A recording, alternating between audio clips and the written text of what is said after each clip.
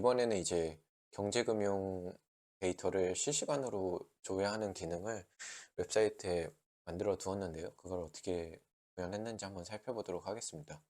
일단 저는 기본적으로 한국은행 API랑 미국중앙은행의 이제 패드라고 불리는 곳의 API를 활용했습니다. 그래서 지금 요 오른쪽에 있는 게 이제 제가 데이터를 가져와서 나름 가공을 해서 그 개념과 현실 데이터를 한 번에 이제 서비스하고 있는 예시인데요. 그래서 여러 종류의 데이터가 있지만 그 중에서 하나를 가져와서 이런 형태로 나타나 있는 걸 확인할 수 있습니다. 그래서 실제로 이제 홈페이지에 들어가서 확인을 하면 데이터를 어디서 볼 수 있으시냐면 여기로 가서 들어가셔도 나오고요. 아니면은 뭐 강의 소개 페이지에서 이런 식으로 데이터 구경하기라는 란에 들어가셔도 확인할 수 있습니다. 그래서 뭐 붓기를 누르면 이제 각 국가의 데이터를 확인하는 이제 시작 페이지를 만나게 되고요. 지금 현재는 데이터를 많이 불러오진 않는데 이제 한국은행 API를 활용해서는 이제 한국의 실물경제 데이터를 불러오고 현재는 이제 일본에서의 금융경제 데이터는 패드, 미국 중앙은행의 API를 활용하고 있습니다. 그래서 뭐 이제 데이터를 확인해 보시면 일본 같은 경우는 이런 식으로 기준금리를 불러오는 걸 확인할 수 있고 한국 같은 경우는 네, 이런 식으로 시계열 데이터도 가져오고 이런 한국의 노동시장이나 한국의 GDP가 어떻게 구성되어 있는지 이런 형태로 데이터를 확인해 볼 수 있습니다. 자, 일단 이런 시계열 데이터 같은 경우는 이제 마우스 이렇게 스크롤해서 확대 축소도 가능하고요. 이제 왼쪽 오른쪽으로 이동해서 데이터의 그 정확한 이제 좀 더 자세히 볼 수 있는 기능이 들어가 있습니다. 그리고 이런 식으로 이제 그 시계열 데이터가 아니라 딱 어느 특정 시점을 잡아가지고 이런 식으로 그 값들을 확인할 수 있는 구성도 되어 있고요. 그래서 이런 식으로 지금 2003년에 한국은행에서 제공하는 데이터로는 이런 식으로 한국의 GDP가 어떻게 구성되어 있는지 그 구성비를 이런 식으로 확인해 볼 수 있습니다. 그래서 제가 이제 처음에 그 결국 이것도 경제 강의를 하는 것이기 때문에 신경을 썼던 부분이 이제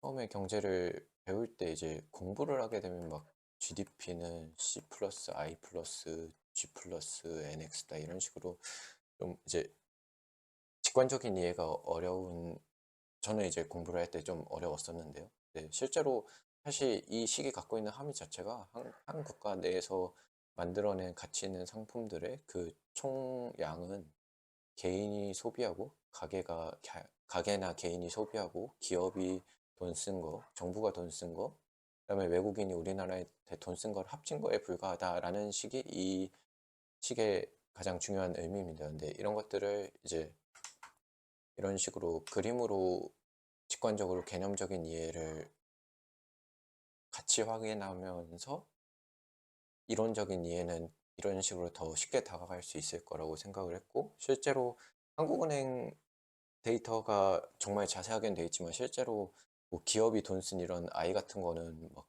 총고정 자본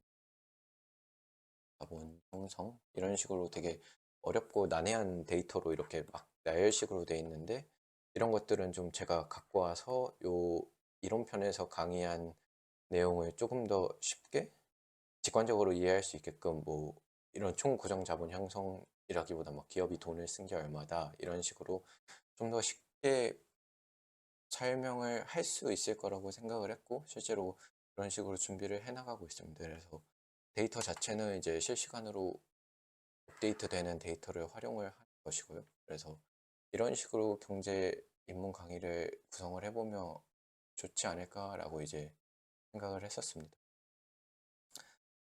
네, 그래서 이제 이런 식으로 홈페이지의 구성은 돼 있다라고 말씀을 드리고요.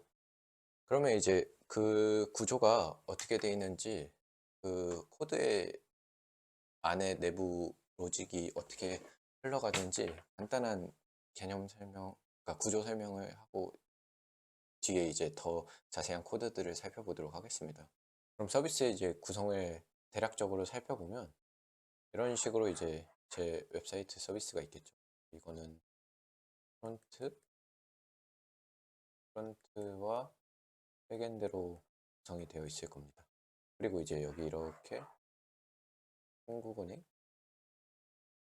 한국은행이라는 오픈 API 서비스를 제공하는 서버가 있겠죠. 그래서 가장 기본적인 로직은 이제 제가 백엔드 단에서 요청을 하는 겁니다. 요청을 하는데 예를 들어 나는 이제 GDP라는 데이터가 필요하다. 그런데 이제 뭐 기간은 2010년부터 2020년까지의 데이터가 필요하고 뭐 이제 프레퀀시 그러니까 그 데이터의 주기는 뭐 애뉴얼 1년 단위로 주면 좋겠다 그러면 이제 2010년, 2011년, 2012년 이런 식으로 데이터가 오겠죠. 그런 식으로 이렇게 제가 원하는 그 명세를 적어서 요청을 합니다. 그러면은 이제 한국은행에서는 이거에 맞는 이제 제이슨으로 응답을 해주겠죠. 응답을 이렇게 해줄 겁니다. 물론 이제 XML도 가능하다라고 하지만 이제 요즘 이제 제이슨을 좀 많이 쓰기 때문에 이제 저는 서비스는 이제 제이슨 응답을 주로 만들어게끔 이제 처리를 했습니다. 이런 식으로 이제 이게 이제 가장 기본적인 로직이 되는 것이죠. 그래서 이와 관련해서 좀 내용을 살펴보면 이제 한국은행의 그 백엔드에서 한국은행 API한테 이제 요청을 보낼 때 이런 식으로 이런 식으로 내용을 보내면 되게 되는 것인데요. 근데 이제 정말 많은 값들을 보내줘야 돼서 이게 이제 이 한국은행 페이지에 들어가면 나타나 있는 값들입니다. 그래서 이거를 좀 색깔로 구분을 해서 살펴보면 이런 식으로 되어 있는데 이제 우선 뭐 API 키 같은 경우는 이제 실제로 데이터를 조회하려면 한국은행 홈페이지에 가입을 해가지고 그 자기만의 API 값을 받아야 됩니다. 그래서 요거를 이제 약간 비밀번호 같은 느낌인 거죠. 그래서 이렇게 먼저 앞단에다 넣어주고 이제 어떤 데이터를 받을 것이냐 저는 이제 뭐 주로 제이슨이니까 제이슨 형태로 받을 것이다. 그리고 이제 언어는 이제 한국어로 받을 것이다. 뭐 그다음에 데이터의 그 제가 요청한 데이터의 총 개수를 이제 0개부터 99,999 그러니까 이 숫자는 이제 한국은행 API에서 한 번에 제공하는 데이터의 최대 개수라서 이거는 이제 뭐 전체 데이터를 요청한다 이런 식으로 해석을 하면 되고요. 이제 뭐 이제 이 개수를 바꿀 수도 있습니다. 그래서 그런 식으로 여기도 체크를 하고 통계 코드표도 이제 예를 들어 이제 제가 GDP를 원한다 그러면 뭐 예를 들어 101101 뭐 이런 식으로 다 그 코드표가 이제 웹사이트 한국은행 설명서에 다 적혀 있습니다. 그리고 뭐 사이클은 주기를 뭐 애뉴얼로 할 건지 쿼터로 할 건지 설정할 수 있고요. 그래서 뭐 2010년부터 2020년의 데이터를 가져올 거다 하고 이제 뭐 추가적으로 뭐 GDP 중에서도 뭐 개인이 소비한 뭐 컨숨션의 더 세부적인 내용까지 이제 요거는 이제 선택적으로 통계 보도표를 더 자세히 살펴보면 더 구체적인 디테일한 데이터까지 조회를 할 수 있게끔 이렇게 설정이 되어 있습니다. 그래서 실제로 한국은행 웹사이트를 들어가서 보시면 다 나와 있습니다. 그래서 요게 한국은행 오픈 API 서비스의 첫 페이지인데요. 그래서 여기서 이제 개발 가이드에서 또 통계 세부 사항 목록, 그러니까 제가 백엔드에서 저 한국은행 오픈 API로 요청을 할 때 어떻게 요청을 해야 그 값이 나오는지 요 조회 조건이거든요. 그래서 여기에 이런 식으로 나와 있는 걸 제가 이제 그 스크린샷 떠서 가져온 겁니다. 그리고 실제로 이제 그 어떤 통계 데이터를 필요로 하는지 통계 코드는 이런 식으로 제가 뭐 전원 통화에서 뭐 현금 통화의 값이 필요하다 그러면 이제 요게 이제 그 통계 코드표 요, 요 코드 제로가 되겠죠. 그 다음에 뭐 이런 디테일한 것들 이런 식으로 디테일한 그 코드 1 더 깊게 나와 있는 것들도 있는데요. 이런 식으로 코드 1에 이런 설정을 해서 넣어주면 데이터를 불러올 수 있는 겁니다. 그래서 실제로 요게 이제 한국은행에서 그 예시로 보여주는 데이터를 조회하는 방법인데요. 이런 식으로 이제 조회를 하는 거죠. 그러면 요 여기서 이제 샘플이기 때문에 API 키는 안 들어가는데 제이슨의 형태로, 이게 지금 제이슨의 형태로 데이터를 한국어로 가져와라. 한 1부터 10건까지, 그러니까 10개 데이터를 가져와라. 이런 식으로 그 값들이 쓰여져 있는 거죠. 네, 여기서는 이제 총 갖고 조회한 총 개수가 10개가 안 되기 때문에 최대 10개까지 갖고 오라는 건데, 그 데이터가 하나만 있어서 하나만 조회가 된 것 같습니다. 그리고 이런 식으로 여기는 통계 코드표, 어떠한 본원 통화 구성 내역을 조회하라는 그게 정보가 담겨 있는 거.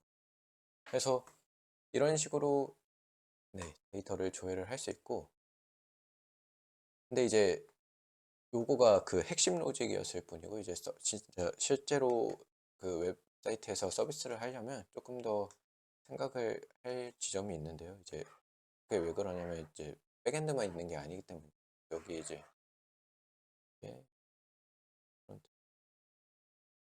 있고, 저는 이제 리액트겠죠 이게. 그다음에 백엔드가 이렇게 있으면,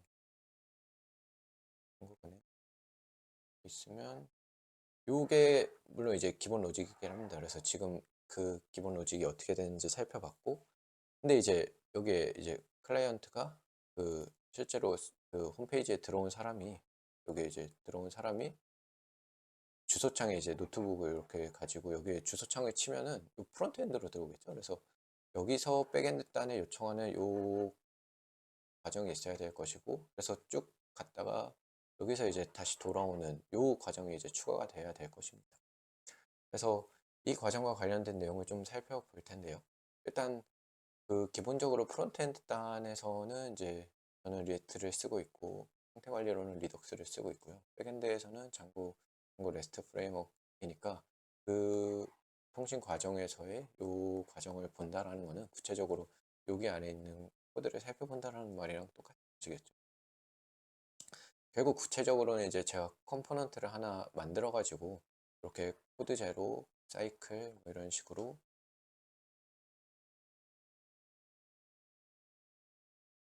네, 뭐 이런 식으로 해당 그 요청하는 데이터, 제가 원하는 데이터에 필요한 값들을 이렇게 넣어서 여기로 이렇게 넘겨주는 겁니다. 그러면 그대로 그 어차피 겟 요청으로 보낼 거기 때문에 여기에서 코드 제로란 값을 이제 그 URL에 딱 정보를 넘겨줄 테니까요. 그래서 다 각각의 데이터를 이렇게 가져와서 실제로 이 모든 그 정보를 이렇게 조합을 해서 한 방에 묶어서 요게 이제 그 중앙은행에 요청을 보내는 것이죠. 그래서 백엔드 단에서 이렇게 하면 요게 이제 중앙은행 그 API, 아까 표현했던 그 중앙은행 API가 여기 이렇게 있을 겁니다. 그래서 요 코드를 통해서 실제로 가는 거고, 여기서 응답을 받아오는 거는 이렇게 이제 요 URL로 보낸 요청을 에 대한 응답을 받아오면 리스폰스에 넣어주는 거죠. 그래서 이 값을 이제 넘겨주는 것인데, 전체적인 플로우는 이렇게 되는 겁니다. 근데 이제 제가 이제 그 데이터 조회 서비스를 만들 때 이제 고려를 할 수밖에 없었던 점 중에 하나가, 데이터가 보면은 이런 식으로 이제 시계열 데이터도 있고, 예를 들어 2001년엔 뭐 실업률이 2%였다. 2002년에는 시계열의 데이터가 뭐 3%였다. 이런 식으로 시계열 데이터는 이런 식으로 한 번에 기간을 이렇게 잡아서 2001년부터 2003년으로 확 잡아서 한 번에 요청을 하면 그게 데이터로 조회하는 게 가능했습니다. 그런데 이제 또 아까처럼 그 뭐 GDP는 C 플러스 I 플러스 이런 식으로 그 특정 시계열 데이터가 아니라 이제 특정 딱 시점 2010년 딱 이렇게 딱 그 시점을 잡아가지고 데이터를 가져오려면 2010년에 C라는 데이터, 2010년에 I라는 데이터, 2010년에 G라는 데이터, NX라는 데이터를 각각 가져와야 됩니다. 그래서 그 특정 시점의 값을 갖고 오는 컴포넌트를 따로 이제 구분해서 만들었고요. 그래서 이제 POK에서 데이터를 갖고 오는데 only value, 그 해당 특정 시점의 값만 가져오겠다라는 식으로 이제 따로 컴포넌트를 이제 두 개로 이렇게 구분해서 만들었습니다. 그래서 굳이 표현을 하자면 이건 이제 시간과 관련된 데이터일 것이고요. 그래서 여기는 이제 약간 한 특정 시점에서의 어떻게 보면 공간적인 관점에서의 데이터를 불러오는 요 그 두 가지로 구분을 해서 한번 살펴볼 수 있을 것입니다. 그래서 실제로 코드를 보시면 이게 이제 딱 음, 이게 이제 한국의 실물 경제 요 한국의 실물 경제 딱 버튼을 눌렀을 때 요런 요 URL로 들어가게 되는 것인데요. 요 URL로 들어가게 되고 그대로 타고 가서 이제 그 구조를 살펴보면 GDP랑 실업률이랑 그 노동시장 구성이랑 GDP C 플러스 I 플러스 G 플러스 NX에서 그 순서대로 나와 있는 겁니다. 그래서 경제 성장률, 그 그로스 레이트하고 이제 실업률, 노동시장 상태, 이제 그 GDP 구성비 뭐 이런 식으로 표현이 되어 있는 겁니다. 그래서 이런 GDP 성장률과 실업률은 시계열 데이터죠. 그래서 그 내용을 구체적으로 살펴보면 여기서는 이제 그 getEcon 데이터 요 함수가 활용된 걸 확인할 수 있습니다. 그리고 그 실업률도 시계열 데이터이기 때문에 이렇게 그 시간적 관점에서 바라보는 대로 사용을 할 수 있는 것이고요. 그다음에 뭐 이렇게 노동시장 그 구성비를 하려면 이제 딱 2011년에 노동시장 구성을 알려달라 하면은 특정 시점에서의 그 only value 그 값만 불러오게끔 하는 겁니다. 그래서 이런 식으로 좀 차이가 있다라는 거를 말씀드리고 싶었고 이제 그 C 플러스 I 플러스 G 플러스 NX도 딱 2012년에 그 특정 값 민간에서의 그 값 정부에서의 지출 이제 기업이 돈 쓴 거, 또 외국인이 돈 쓴 거 관련해서 특정 시점에 값을 불러오는 거기 때문에 구성을 이렇게 했고요. 그래서 실제로 업데이트하는 과정도 그래서 이렇게 이런 식으로 딕셔너리로 기본 세팅을 해준 다음에 데이터를 불러왔을 때 이제 여기에 데이터를 업데이트해서 갱신시켜서 이런 식으로 표현을 하게 되는 것이죠. 그래서 그 구체적인 함수의 내용을 살펴보면 요게 이제 요렇게 하나 두 개로 그 함수를 구분해서 만들어 놓은 그 상태인데요. 또 OK 데이터에서 갖고 온 함수를 두 개를 정의한 겁니다. 얘는 이렇게, 얘는 이렇게. 그래서 시계열 데이터는 그냥 그대로 요 요청으로 딱 보내서 그대로 갖고 오면 되는 것이고요. 그래서 요 리스폰스 데이터 스태틱스 로우라는 그 계열 안에 딱 열어보면 이렇게 시계열 데이터가 그냥 주르륵 한 번에 다 들어오는 걸 확인할 수 있거든요. 이 특정 시점에 값을 갖고 오는 거는 그대로 리스폰스를 똑같이 받아오지만 이 스태틱 로우스의 딱 그 데이터 밸류 딱 그 값을 가져오는 식으로 이제 불러오는 요청의 형태는 똑같지만 가져와서 데이터를 가공하는 형태는 다르기 때문에 이제 함수를 구분할 수밖에 없었다 이런 식으로 네, 구성이 되어 있습니다. 그래서 실제로 코드의 구성은 이렇습니다. 단계로 넘어가면 이제 그러면 구체적으로 어떠한 흐름을 따라가게 되는지 이제 한번 살펴보도록 하겠습니다. 이번에는 이제 시계열 데이터인 경제 성장률을 조회하는 방법을 살펴볼 텐데 실제로 이렇게 코리아 리얼 이콘으로 딱 치고 들어가면 아까 봤던 그 이콘 페이지에서 GDP 그로스라는 컴포넌트까지 이제 훅 들어가게 됩니다. 그러면은 그 GDP 그로스라는 곳에서 이제 요게 이제 코드 제로겠죠. 그 다음에 코드 제로를 그 분기 단위로 쿼터리로 이제 1년에 4개 그 다음에 1900년대 쿼터 1부터 2023년 쿼터 4까지 이제 전체 기간이겠죠.